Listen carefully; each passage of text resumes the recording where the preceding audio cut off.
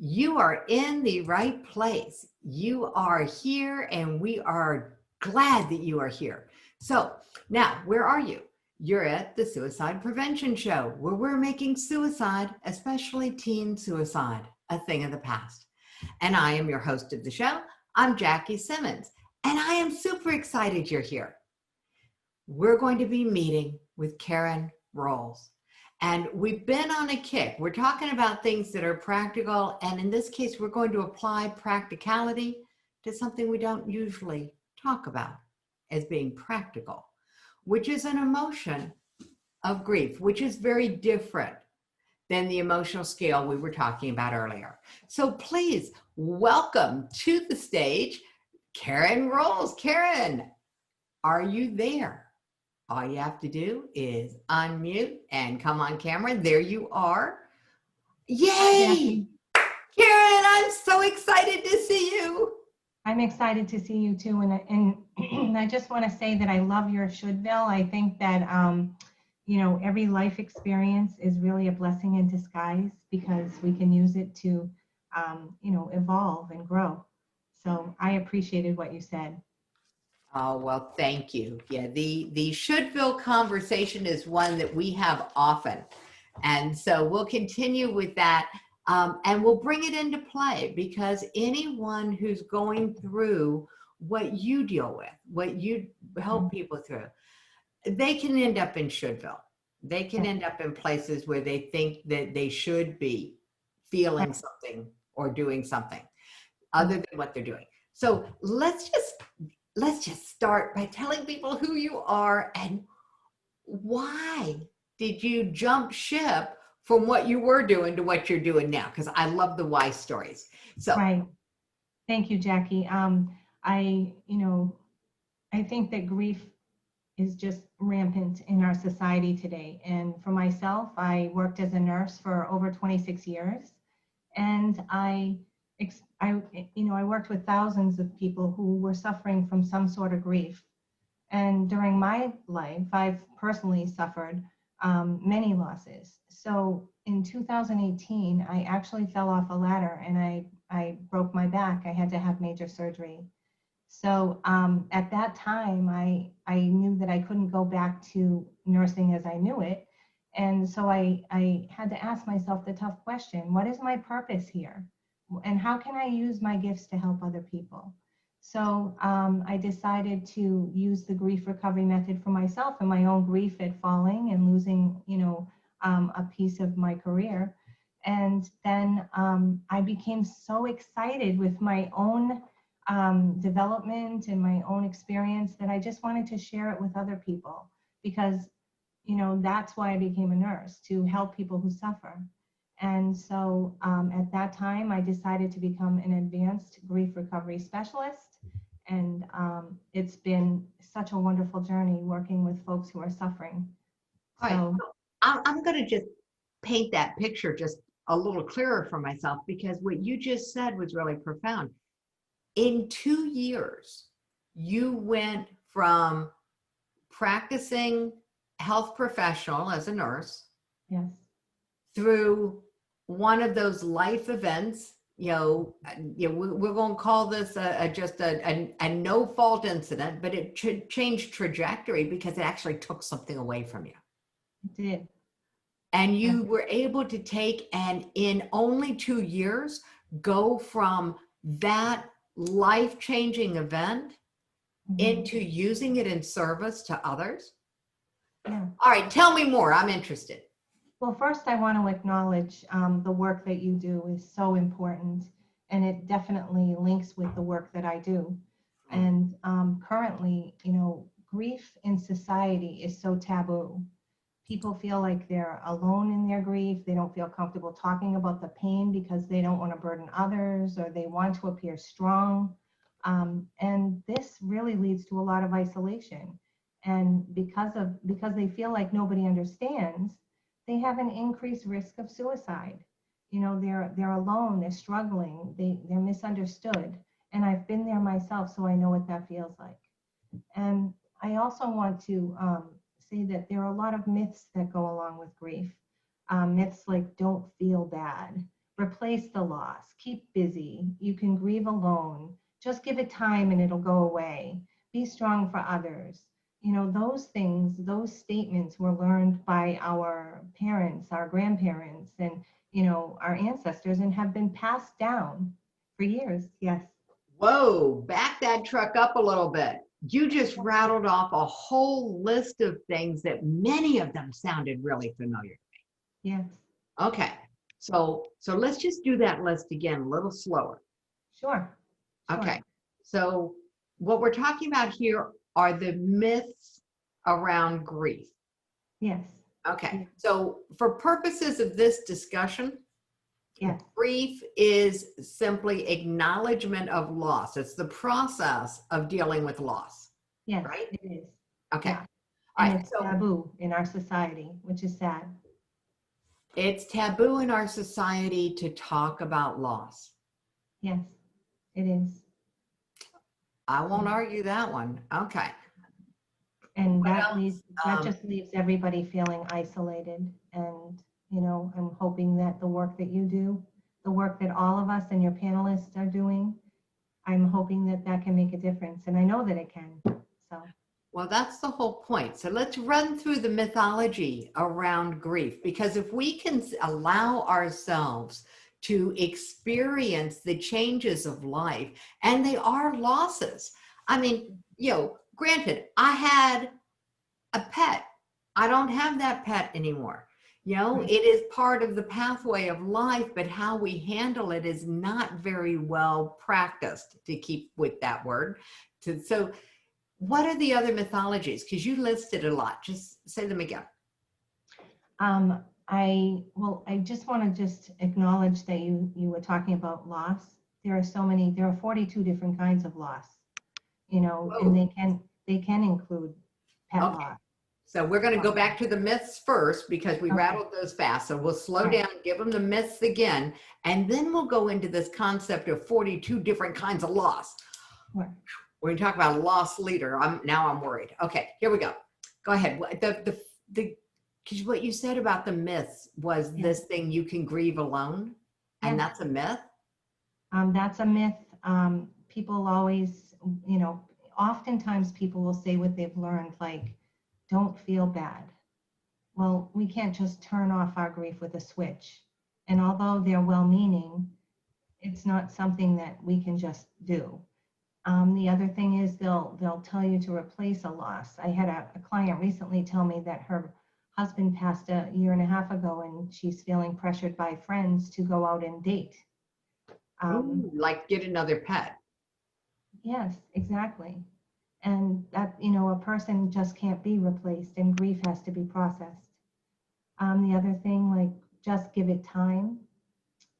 You know, that's just another empty statement, because, you know, it won't really go away. It stays stuck inside of us like a heavy feeling. It's not going to change. It is a fact that you had something and now you don't have it, whether it's your career or a partner.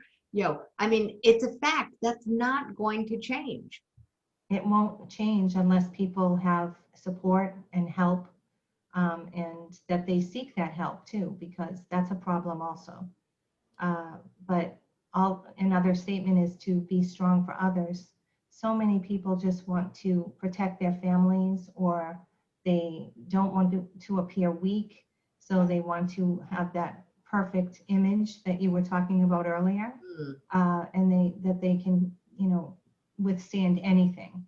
And that's so isolating for most folks to just put themselves in that category. But it is, again, part of what our society is, you know, building for us. This idea that we have to protect other people from our emotions, that's pretty scary for me. And yet I think I get where that comes from, because we're kind of afraid that emotions are contagious. Yes. Yeah. Exactly. So yeah, that's why while I may understand it, I still don't have to like it. And I'm getting that it's not a practical approach to this whole concept of dealing with loss. It's not practical. And, it's been ingrained in us through the years as children to, children are meant to be seen and not heard. It starts right there, where, it's just been passed on through the generations. And somehow we have mistakenly thought that if we express our feelings, then we're weak. There we go. That's an important statement, that somehow we picked up this messaging. We picked up this mythology that if we express our feelings, that means we're weak. And, there is this really fine line about appropriate and inappropriate expression of emotion. And so we're not talking about it's okay to spew anger and vitriol at everybody. We're Right. talking about allowing yourself to have an opinion, allowing yourself to have an emotion, and allowing yourself, giving yourself permission to seek out processes and practices that will let you move through the constricting emotions so that you don't get stuck. Because I think you're right. People get stuck in grief when they're told to go, aren't you over that already? I actually heard somebody say that. And I'm like, yeah, what are you afraid of? But that's the evolved me. Now I go to, what did I trigger in you? Yeah. Before that, it would have just shut me down and I would have stopped talking about it. And what I know now is that if I stop talking about it, I am actually allowing it to build up pressure like a pressure cooker. exactly. Yeah. And so many people do feel like they're burdening their family, or they've had the same experience that you have, where they just feel that, nobody really wants to hear about it. But part of what I do is, it's so important, is I listen. I listen to every feeling they have. And that's something that each of us can do for one another. When somebody's grieving, the best thing you can do is literally just listen, because people need to expel all of those feelings. And that's the best gift you can give somebody, is to just listen. Yeah. Okay. So there we go. All right. So listening is the receiving side of what I think of as a basic human need. And that need is to feel heard. It's not to be heard, but it's to feel heard, to actually have a feedback loop so that you can feel that somebody got you, that somebody was present for you. Yeah. That's an amazing gift, Karen. Yeah. I can see where all of your background plays really well together with this. Yeah. What a great thing. All right. So for somebody listening to this, we're going to play part 1 and part 2. Okay. So part 1 is you are trying to support someone who is going through a loss. And hey, whoa, right now we have all experienced loss. Yes. Here's what I think is the universal human experience that we're having. And so this is just the world according to Jackie. Yeah. We all got pushed out of our comfort zone without our permission. Yes. It happened before. It's called birth. We got pushed out of this nice, warm, dark place without our permission into this cold, noisy, bright, distracting environment. And we had gotten used to that, and we had created systems and normative things, and we just had life. We were just busy. We were just schlepping along here. We were getting by.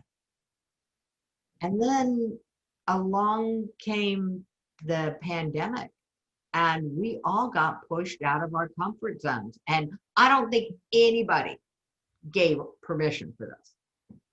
Yeah. So let's play with this one a little bit. If we've all lost our comfort zone, Karen, what are some practical things that we can do to find our equilibrium with this loss, this universal grieving? Right. Well, with the process that I use is actually, supported by somebody who is a professional. So the process that I use was discovered by the Grief Recovery Institute, and it's called the Grief Recovery Method.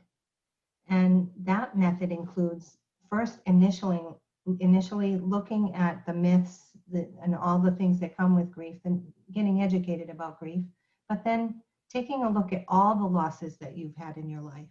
Because when you start to look at all the losses you've sustained, you start to have compassion for yourself. And compassion is something that is lost when we're grieving, to be able to feel for ourselves and to really be able to understand, where does this come from? So that's part of the process, is just becoming more compassionate. The other process is to, of course, review the actual loss. And that's where I wanted to interject about the different kinds of losses. They don't have to be the death of someone or the loss of a relationship. They can be intangible losses, like loss of control, which is what a lot of us are experiencing with COVID right now. It can be loss of safety. It can be many different things. Any feeling that makes you feel in a negative way is in some form grief.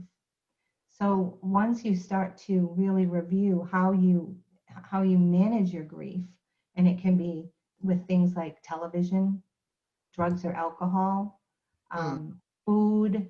There are so many different things. Sometimes it's anger. We have outbursts towards those who love us because we can't really interpret what we're going through. So that's part of what I do also, is to help people to identify what are your feelings and what are the behaviors that go with those feelings. Because once you start to see from a bird's eye view yourself, and in a way that's not condemning or judging, you start to really look at your story and see that there is this pattern, and that once you start to acknowledge it, then you can make changes, subtle changes. They're not hard.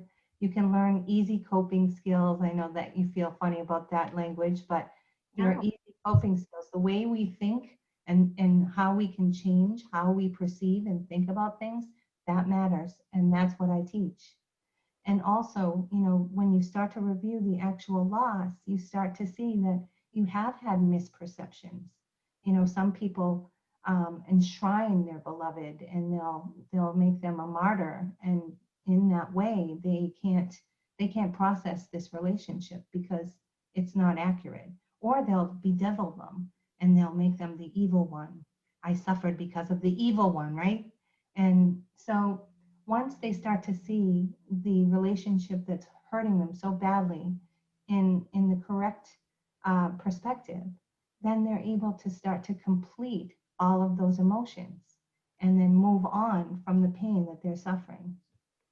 So the practical application, the steps that people can go ahead and start using.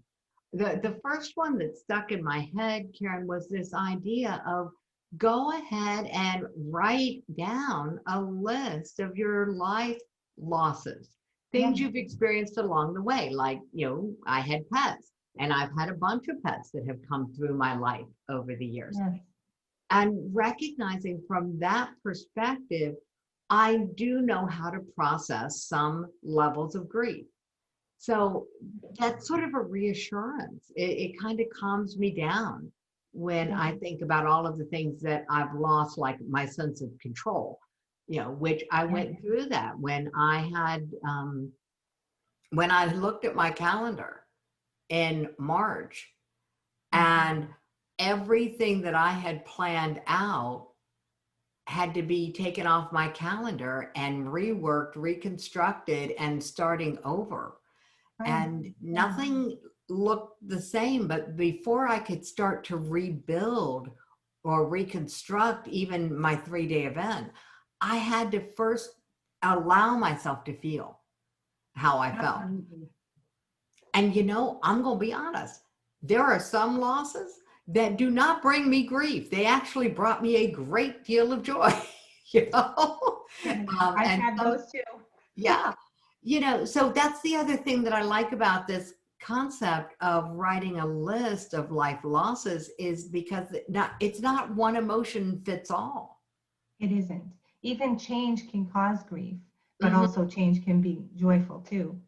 And so it's just a matter of taking a look inside and, how do you behave when you have a loss? you know, Yeah. so, so it propels some of us into change, good change, No. but it can hold others back in their bond. They're like bound by the chains of their pain, Mhm. unable to move forward. So, starting to look at it yourself, but it is important to have somebody to hear you too. Yeah, I think that that's important. I think that it's for somebody who's stuck in grief, absolutely get professional help. Seek out someone who actually knows the processes or some process like the one that you're trained in, Karen, because it's so Yeah. valuable to have a systematic way of addressing emotions that are stuck. The other side of this is if you just are feeling a little stuck and you want to just bring yourself to a different place, start with taking and writing the list. What would be the second Absolutely. step to a do-it-yourself approach? Pardon me? What would be a second step if somebody was going to just, help themselves get unstuck? So, So, I really want to stress the importance of working with somebody for safety reasons, because when you're starting to do the work, I really do believe that it's important to do, a lot on your own, but it's also important because these emotions start to come out when you start to evaluate yourself, and you need guidance to be assessed by a professional to make sure that you're going to be safe. okay, so we're going to break this into two groups. Yeah. Okay. We're going to first have the group that is having the global experience of grief because of COVID. Yes. And then the people who are having a grief experience because of a very deep personal loss. Yes. Okay. Whether it is a child or a career or, something significant, a significant Yes. life event. So mine was the do it yourself for people with the global grief. Yes. And we also want to make sure that it's really, really clear. I'm not talking about do it yourself if you have Yes. had a life event. Right. Okay, cool.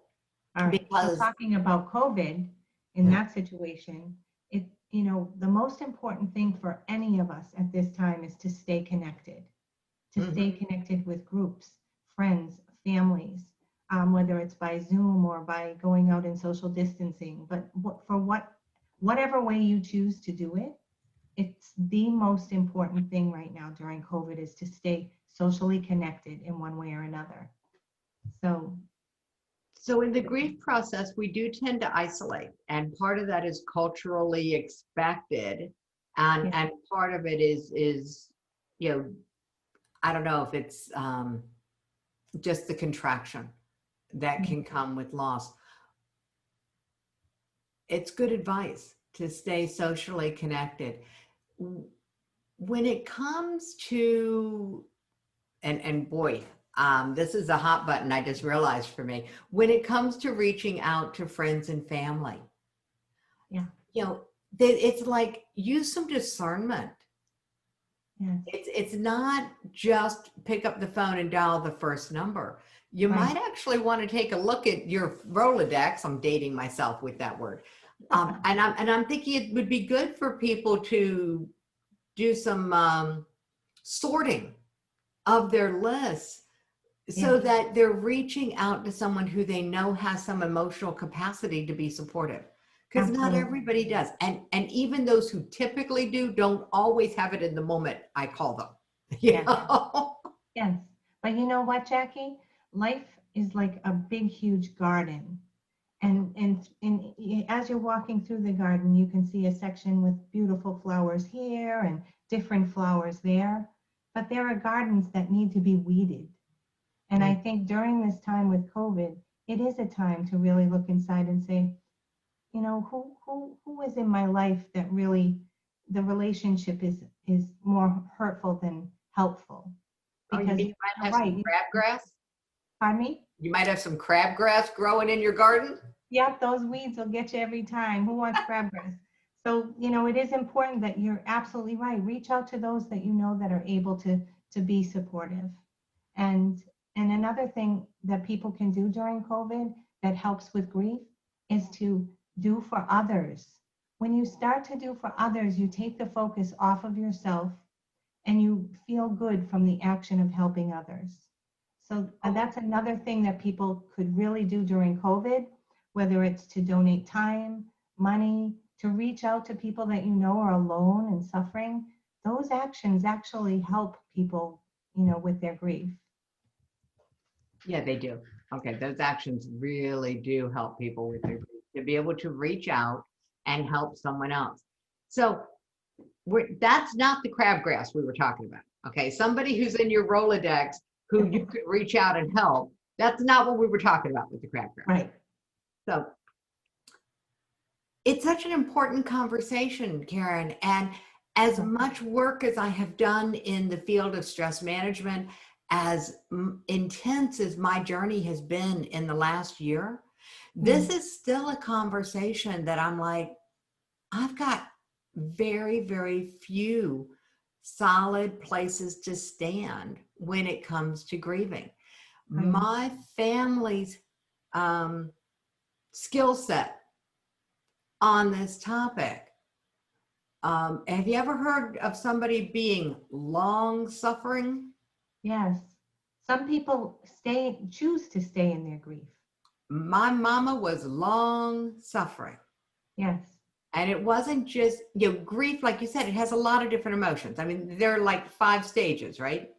Well, those are now, it's evolving, but yes, there are 5, but they mean, Elizabeth Kubler-Ross did determine that was for people who are actually transitioning out of life.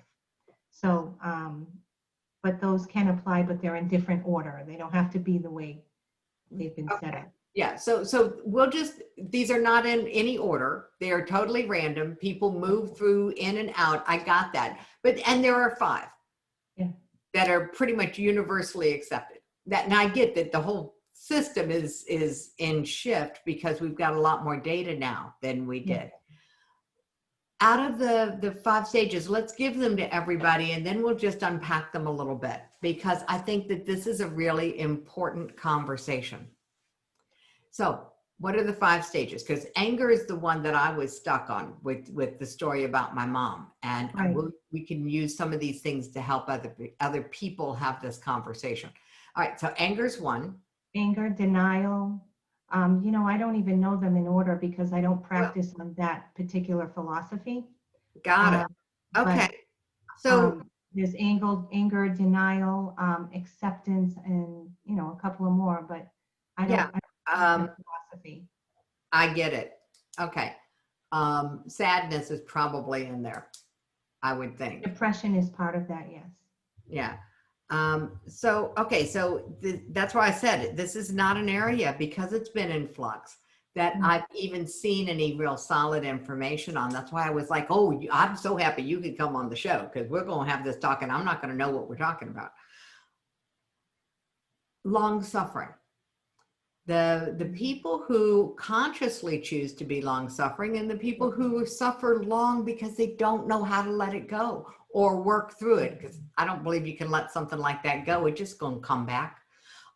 That's been my experience, is the more I tried to let things go, the more I realized that they were attached to me somewhere, because they just kept coming back. Yeah. And I just about knocked my keyboard off where I had stuck it. So Well, you know what, Jackie, I do want to address the long-standing griever, because they don't even understand what the effects of their own behavior have on family and friends. They're so stuck in their own grief, and their ability to see outside themselves has been lost. And it really causes a shift for people around them. And those people have to process grief because of the effects from the long-standing griever. They can change. Got it. Yeah. All right. We're going to call that second generation grief. Yeah. Okay. So there we go. We created a concept. I like creating concepts. All right. So this is important, and this might tag back to the conversation about crabgrass. If you have someone in your world who, like my mama, was long suffering, and here's what long suffering looks like.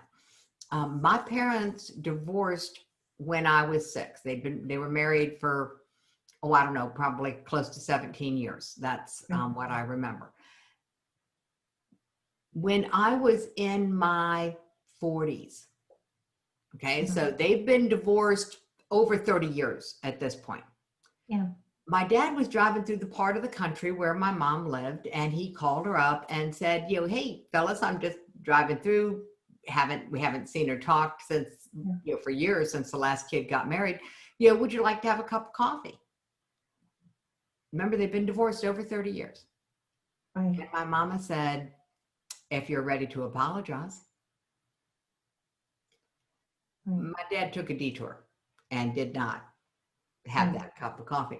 But because 30 years later, she was still emotionally attached to an action of somebody else. And that's, for me, is like grief, because we can get really emotionally attached to something that cannot be changed because it's a fact. Yeah. Well, part of my program is helping people to identify who they need to apologize to, who they want to forgive them, but then the acknowledgement statements of, my feelings are not dependent upon another person's actions. So, and once they let go, and that's really precisely what we work on throughout the 7 weeks, is letting go of resentment, anger, expecting others to behave a certain way, and then, having unresolved feelings of resentment because that didn't occur. So that is the most important thing, because when we hold anger and resentment and all of those things in our spirit for that length of time, it's like a black mark. But when you start to teach people that if the best gift they can give themselves is to forgive those they feel have tortured them, and there is a way, there's a method that I work with people doing, and there is a way to get past that. Changing perception, that's what people need. So we're going to flip the conversation, because one of all of this is really solid information and the processing of grief in and of itself. And we promised, what is the practical side of grief? How does this knowledge about what grief is, how does this practically apply? How do we apply this I'll get it. How do we apply this in a practical way? There we go. Thank you. Well, we can apply this in a practical way because, therapy is great. It offers a person the opportunity to be heard and express themselves. But when you actually seek out something that is not, that kind of, I don't want to say forces you to look at it, but uses an actual method to process through in increments, so that you can come out on the other side. The biggest thing is trying to get people to reach out, to try to pull themselves out of the depths of despair and reach out, trying to get, I'm sure people like your mom who you wished they could have just reached out for a practical solution, right? But they can't. And we can offer to help, but the ultimate decision is for the griever to make that move. And that's really, really important. So here's a really practical application of this. If I was thinking about my mom, because the assumption that my mom wanted to let go of that, probably not true. I think that this was just what she was comfortable with. Yeah, and exactly. there's a self-righteousness that was just, she was very comfortable with that. The impact that it had on me, on the other hand, is one that I could have probably used help earlier than I got help for my grieving process. So the journey is one of accepting, using this concept of just accepting them for being who they are, and getting the skills that I need to move on with my life, allowing them not to have to change. And understanding that you're not responsible for another's grief process. We're only responsible for our own grief process. So that takes a lot of the burden off when I explain that to people.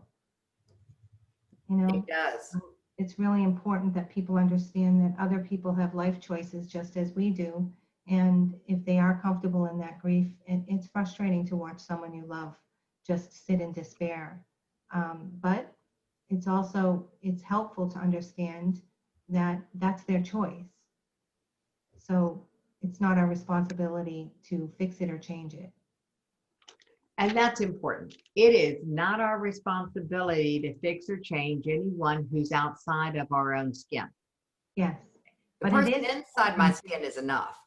right. And it is important, obviously, if you see somebody that is at risk for suicide, you want to get them the appropriate help or call the suicide prevention line. But we're talking about a chronic, grief situation.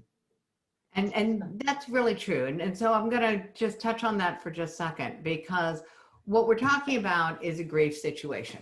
What we were talking about, with or in other segments, and what we're going to be talking about with other things. And Yes. if you're in the United States and North America, there's an 800 number. Save it to your phone under the word help, just in case. You never know who you may run into who needs that. The reality is that this is not the normal conversation. Rarely will someone say to you that, they are, or that you will notice, trust me, that you'll notice. And the risk factors are so diverse, so dispersed, so varied, and there's not a good checklist, which is why we're having these conversations, because it's not about a checklist. It's about trusting your gut and learning how to have a conversation that matters in a way that honors everyone.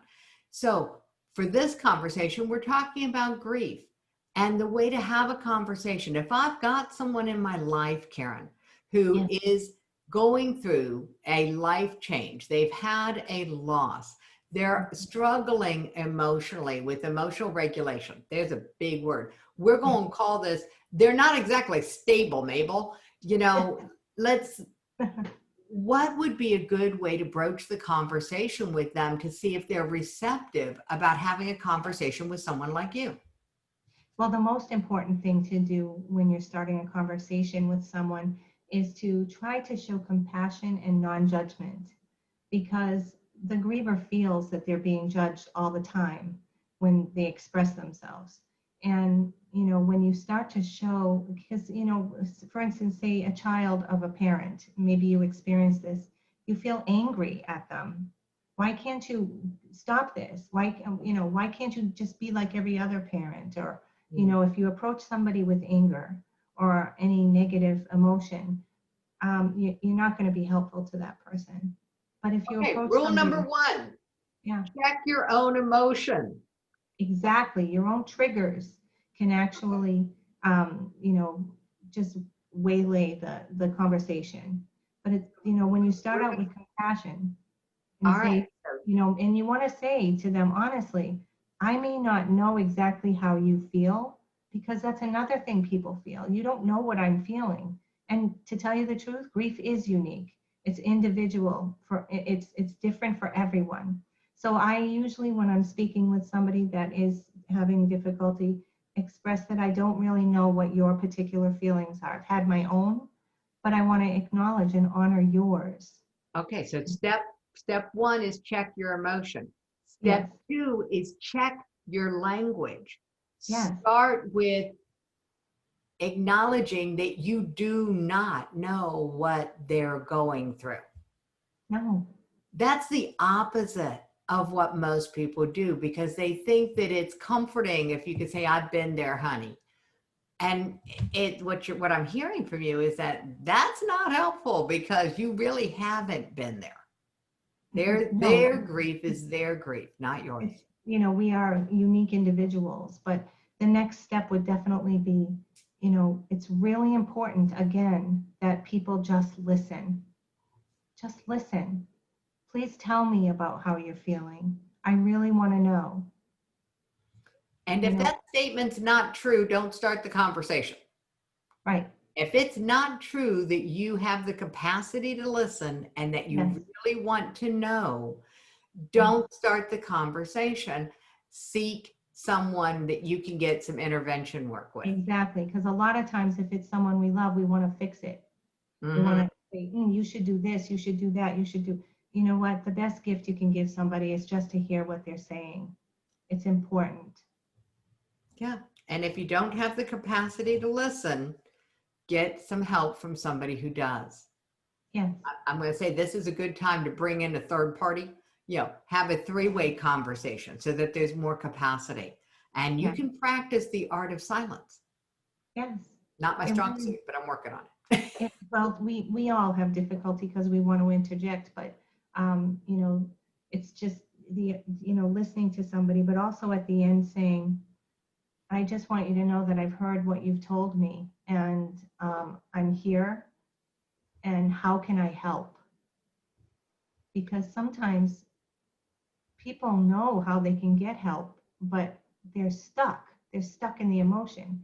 The act of cleansing themselves, cleaning their soul, is actually, it lifts them so that they can, when you say to them, how can I help? What do you, what do you feel that I can do to help you? Got it. It gives them an opportunity. That's when a lot of people will come out and actually say, you know what, I really believe I need professional help, but I'm so tired and so fatigued from this grief and so numb and lost, I can't do it myself. Well, that's the opportunity that we need to have so that we can help them. That's when you can actually, just take a moment, find a professional. So I'm going to just put this is a beautiful three-step process. And I'm going to say this has an order to it. Unlike that hot mess we were talking about a few minutes ago, this actually has an order, because what I think I've been experiencing most of my life is people who start with step 3. And the first thing they do is ask, how can I help you? Yes. Not helpful. No. Not helpful. So step 1 is, check your own I emotions. don't know what you're feeling. Yes. Yeah. So checking my own emotion before I start anything. Yes. And then I don't know what you're feeling. Compassion, non-judgment. Yeah. So that's really, really key. Yes. I think that if people get these in the right order, where you check your emotional state before you start the conversation, make sure that you're in a place of self-compassion, that you're calm, Yes. and then engage with them from this place of, I don't know what you're feeling. Invite them to talk. I'd really like to hear what's true for you. Yes. And after they're done talking, then asking the question, and you asked it 2 different ways, which I really, really liked. It was, I've heard you, I'm here, how can I help? Or what do you feel that I could do that would help? Yes. And even though at that point, those who are grammarians are going to say, but we're not really asking them to feel at that point. We're asking them what they think. But our language is a little bit trippy here. Yes. So you might as well use whatever words they use and not worry about the precision, and go more with the process of just being connected with someone. Yes, exactly. It's just, people just need somebody to be with them. And it's the biggest thing we could do for people, is to just be. And when you're asking these questions of someone, it gives them control. It puts the ball back in their court, where before they were feeling so helpless, all of a sudden now they're like, oh, okay, I have part in this process, Yeah, I get it. Yeah. Okay. So I'll tell you what we're going to do. We are going to finish this by buttoning it up for everyone. We started the conversation with your statement that grief is rampant. Yes, it is. And it is. It absolutely is. And whether we're talking about life event grief, or whether we're talking about just the global grief because we've all experienced losses. If you want more conversations with Karen, you can reach out to her at her website. We're going to have that for you. We'll have everything you need into the show notes, so you don't have to worry about it. So whether you're listening to this, it is a really simple website. It's compassionategriefrecovery.com. But don't worry about trying to write it down, especially if you're driving. Don't do that. So, so don't worry, we'll have that in the notes for you. And it's super simple to reach out and to find Karen. And as always, Karen, what a lovely conversation. Thank you so very much Thank you for so being much. willing to come on. I'm so grateful to you, Jackie. I just want you to know that for all the work that you're doing. Thank you so much. Thank you. Thank you. We could keep this going for a little while, but mwah. All right, everyone, hang tight. Come back soon.